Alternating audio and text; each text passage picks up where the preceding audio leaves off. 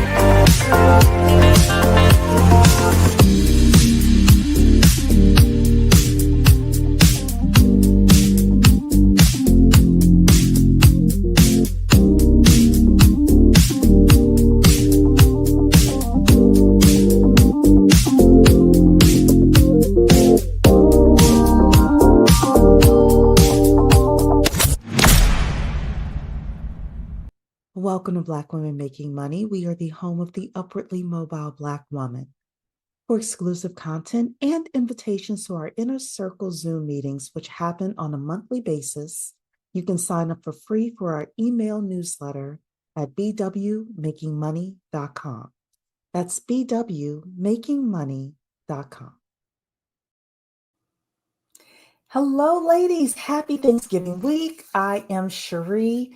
So most of the time I am like behind the curtain there with my beautiful avatar. But today I'm out here in public with you because this is a conversation that's near and dear to my heart. Most of you know I am a mortgage loan officer. I'm actually licensed in 8 states. I'm a mortgage loan officer as my day job. I am not a full-time content creator. I'm not even a part-time content creator. I'm like a super part-time content creator. But with Zohran Mamdani winning and a couple of other Democrats winning a couple of weeks ago within the election, and then now Trump is talking about affordability and affordable housing, and 2026 is the year of affordability, even though I have told you before, I don't think the prices are going down. They're going to start going down in certain sectors or certain areas of the country, but for the most part, the prices aren't going down. The prices of housing aren't going down, but that doesn't mean that you can't win individually. So tonight, I'm going to talk to you about the 3 major levers of affordability when it comes to home ownership. Some of the tricks and tips and things like that most people won't tell you, will never tell you, how you can purchase your first home, your next home, how you can keep that family property in the family, because to me, that's so important. And this is Thanksgiving week. So you may be, preparing for 2026, have a goal in 2026 of purchasing your first home. You can be talking about it with mom or dad or auntie, uncle, cousins, whomever this week during Thanksgiving and throughout the holiday season. Or, maybe your husband, boyfriend, bae. I'm not a real fan of unmarried people buying property together. However, that is your affairs if you choose to do that, because more people are choosing to do that. Just understand that it needs to be a business transaction if you are going to buy with your boo thing. So, we're going to talk probably for about 30 minutes today. I'm going to share some really good content with you. And then if you have questions, definitely put them in the live stream for me. So, the first thing I'm going to talk to you about is the fact that the housing bubble is not coming, because a lot of people online are, trying to get us to believe that there's this big housing bubble that is going to come, and the housing prices are going to come crashing down. This is not 2008. 2008, there were a lot more um, uh, houses on the market, foreclosures, things like that, than there are today. There's a lot of pent up demand from people who want to move from one house to the next. Donald Trump is about to get rid of Jerome Powell and put in his own Fed chair, who's probably going to aggressively cut rates. And the more that rates are cut, the more people get into the market. In fact, there's a stat that says for every 1% uh, interest rate decrease that happens, there's 5 million more people that come into the market. And you may say, Cherie, but nobody has a job, people are scared financially, things like that. That is not true. There are a lot of people who have jobs, who have stable jobs, who have savings. Am I saying it's the overwhelming number of Americans? No. But there's enough of a market, there's enough of the market to actually hold up the housing market. So, for that reason, I don't believe that the housing bubble is coming. Um, there, like I said, there's a softer market, there's a softer labor market. For example, there's softer GDP that's happening right now. But the stock market is super strong. These private equity companies are doing what they're going to be doing. And yeah, the housing bubble, in my professional opinion, is not coming. It may arrive at certain cities or smaller areas, but it's going to be very sparse throughout the country. So let's talk about the three affordability levers that no one teaches you. Um, when we look at the money that you need in order to purchase your properties, you are looking at your down payment, you are looking at your closing cost, and you are looking at your monthly payments. Those are the three dollar amounts that you are paying attention to when you are purchasing a property. So it's down payment, closing costs, and monthly payment. Okay. So let's talk about down payment. First of all, there are some people who still believe you need 20% down in order to purchase a home. This is not true. There are uh, programs that are as low as 0% down. 0% down are our USDA programs if you're willing to live a little bit further out. 0% down are for our active military and veterans. If you are part of a VA program, if you're a veteran, active military, you can participate in the VA loans, most likely zero, and you'll have 0% down. Okay. Next is 3% down. 3% down is for first time home buyers who are purchasing through a conventional loan. And I will get people all the time who will contact me and say, Cherie, I want to buy a house. I have to go FHA. And I will ask them, well, why do you have to go FHA? And they will say to me, I have to go FHA because I want a 3.5% down payment. And I always say to the person, well, did you know that you can get a conventional loan for 3% down as a first time home buyer? And they'll say, no, I had no idea. So I'm telling you right now that you can get in with 3.5% down. Sorry, 3% down for conventional. There's also 3.5% down for FHA. 3.5% down for FHA loans. The difference between an FHA loan and a conventional loan, um, there are a few differences, but one of the big ones is that your mortgage insurance never goes away with FHA.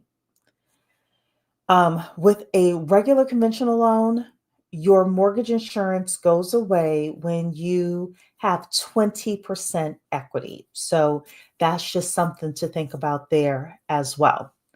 For people who already own a home and you want to move into your next home, the low down payment option is 5%. 5% for people who are moving up to their next home. You can be buying your second, third, fourth home and get an FHA loan as well. Okay. Another thing is that you can buy a multifamily property. You can buy either a single unit property or all the way up to a 4-unit property. And you could do that for 3% down, sorry, 3.5% down with FHA and 5% down with conventional. And that's if you're buying like a 3 or 4-unit property. So there's a lot of opportunity there for you where you can purchase a multifamily property, rent one unit, sorry, live in one unit and rent out the others. So let's talk a little bit about down payment assistance. So in I very rarely use every, but I think I can use it here. In every municipality, in every area, there are down payment assistance programs. The pros of down payment assistance programs are evident. You can either get most of the time into either a repayable down payment assistance program, which means at some point you're going to repay that money back, whether you repay it back little by little once a month, or you repay it back when you decide to sell the property or when you decide to refinance the property, or it's a balloon payment at some point in the future. There's repayable down payment assistance programs, and then there are forgivable down payment assistance programs. So those are programs that, at some point, either day one or in the future, your down payment assistance is forgiven and you basically have gotten that money for free. Okay. Those are the pros. There is a con to down payment assistance, and I'm not one to tell you not to use down payment assistance because I help people get DPA, down payment assistance, all the time. The one con is, well, actually, there are two cons. Oftentimes, it does take you a little bit longer to close on the home if you're using down payment assistance versus if you are paying your down payment upfront. And you may say, well, why is that so bad?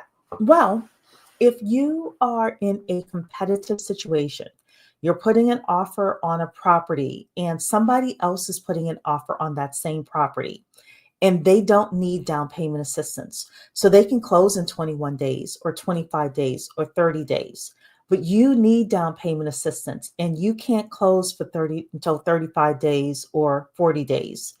That other person who does not need down payment assistance may get that property instead of you.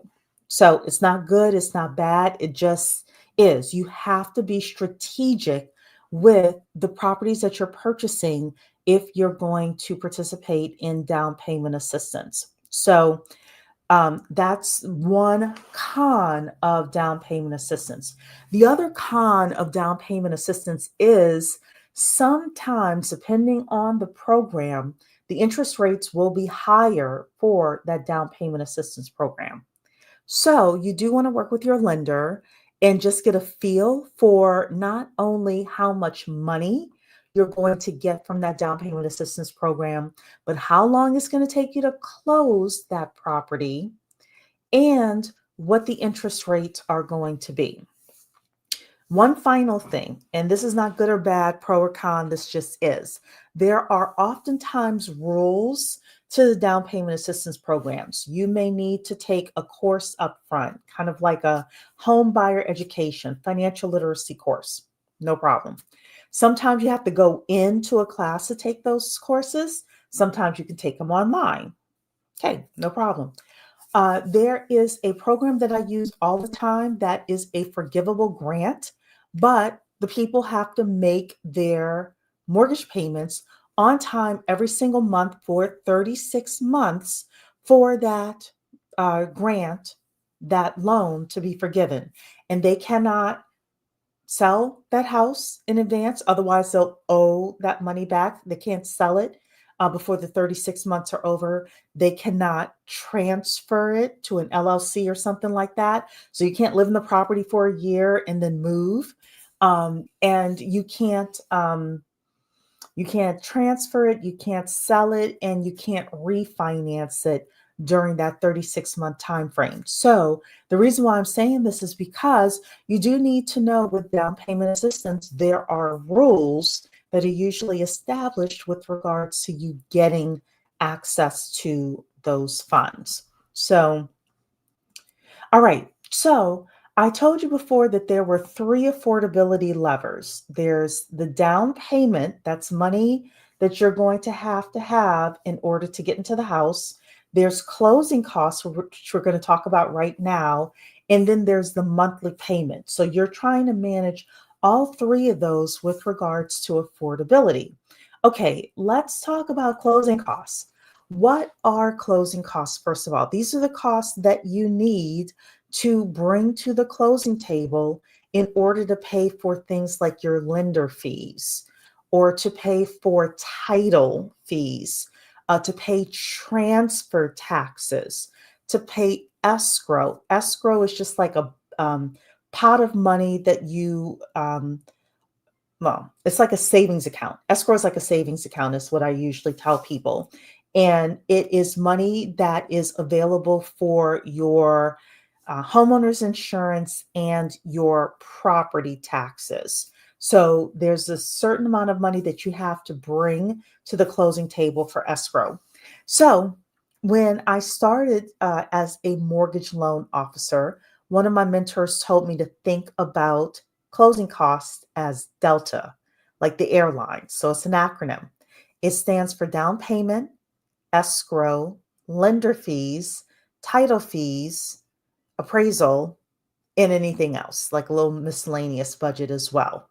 So your closing costs are typically going to be about 2% to 5% of your purchase price.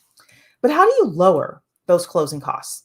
So you could, for example, we're in the Metro DC area where I live. Let's say you have a $500,000 house that you're purchasing. Depending, especially if you're in Maryland, those transfer taxes are high in Maryland. You could have a $20,000, $25,000 closing cost, budget. They could charge you $25,000 for closing costs. Okay, great. Where are you able, or how are you able to lower the amount of money that you need to bring to the closing table? Well, one big way that people do it is that they get something called seller credits. And seller credits is basically when the seller agrees to give you a certain amount of money that you can use towards your closing costs, really. Depending on the loan program, sometimes you can put it towards some of the other lender fees, or yes, I'll call it lender fees that you have. But for the most part, seller credits are used for your closing costs. So let's say that you receive the list of information of itemized fees that you have for your closing costs, and it's $20,000, let's say. The seller, when they accept your offer, when you put your offer in, you may say, "Hey, I'd like 3% of the purchase price in seller credits," right? And the seller may say, "Okay, great. In order for me to sell this house, I will give you 3% of the purchase price as seller credits." Okay. So you are able to then take that money, let's say it's $15,000. You're able to take that money and allocate it towards your closing costs. Now, you can also allocate it towards reducing your interest rate, which is going to be affect your monthly payment. You could also put it towards prepaying your mortgage insurance. So that would again reduce your monthly payments. But a lot of people use seller credits in order to lower the closing costs that you have, the money that you have to bring to the table on the day of closing. Okay. So, housing affordability, three affordability levers. So again, the first one is down payment, which we've spoken about. The second one is closing costs, which we just spoke about. The third one is your monthly payments. Your monthly payments. So your monthly payments are made of your principal, interest, taxes, insurance, and any HOA or condo fees that you have. That is your monthly mortgage payment. And when it comes to affordability, there are a lot of people who are like, well, yeah, I could swing the down payment and I could swing the closing costs because I have money in my 401k, or I have somebody in my family who will gift me some money, right? But the monthly payments are too high. Okay. Or they're just a little bit higher based on the property that I want to purchase. What can I do? Well, one of the things you can do is you can do something called buying down your rate. And again, you can use seller credits to buy down your rate, or you can pay to buy down your rate. By buying down your rate, you can lower your monthly payment. But sometimes the rates don't lower your monthly payments a lot. It is true. I have done, scenarios for people where we reduce their interest rate by a quarter point, and it takes $30 a month off their monthly payment.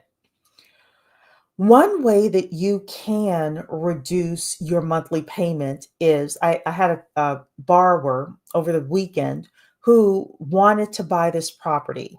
She, was like, I want to live in this specific area, and the condo fees were $533 a month. So, one way that you can reduce your payment is to not live in areas with HOAs. Okay. Another way you can lower your payment is by paying your mortgage insurance up front, or having the seller, through the seller credit, pay your mortgage insurance up front. So sometimes mortgage insurance can be $200 to $300 a month. I've seen it. So imagine if you could save $200 to $300 a month, $150 a month by paying your mortgage insurance upfront. And again, you can talk with your lender with regards to this if you are looking for a certain price point or monthly payment, you're able to tell them, this is a monthly payment I'm going for. What other ways are we able to actually get my monthly payment down? So I was just talking with the president of our mortgage company today about this. I hadn't spoken with him in a long time, but there are certain situations where the seller can pay the first three mortgage payments that you have. So that way you can breathe a little bit, you can get furniture, you can save money after you have put so much into purchasing your house. One thing that you have to do, though, is you have to talk with your lender and ask them how this can be done. And if you need to talk with me more about like how we do it, I can definitely talk with you about it, and then I can connect you with a lender who can help you with this. But there are ways for the seller to pay the first three mortgage payments. And help you out that way. So, next thing you could do to lower your monthly payment is house hacking. House hacking is a great way for people to either rent out a room, you can rent out a basement, you can rent out an ADU. I work with a lot of investors. Actually, my good portion of my business are investors, and they are, buying properties and renting out rooms. I have another, especially in California, I get a lot of calls from California of people who are, you know, setting up ADUs, other ways, because housing affordability is just so crazy that now people are, doing pat split and things like that in order to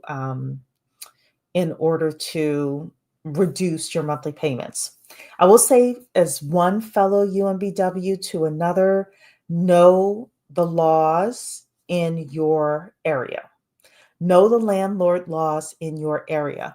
One of the things that a realtor told me, which I did not know, which I think is super interesting, is that usually if you have an investment property, you cannot discriminate against people based on sex or race or nationality or anything like that. But if you live in the property, you can discriminate. You can say, I only want a woman to live here. I only want, XYZ person to live here. I'm not going to rent to a man because I'm a woman. You can legally do that. One of my realtors in my company told me that. Again, check your local laws. But I think that's a great thing for us as UMBWs who want to protect ourselves. You do not have to rent to just any old body. You can be very, very discerning as a woman who is opening up your home to somebody else for house hacking. But definitely know the landlord laws and what it's going to take to get rid of that person if they do not pay rent. Okay?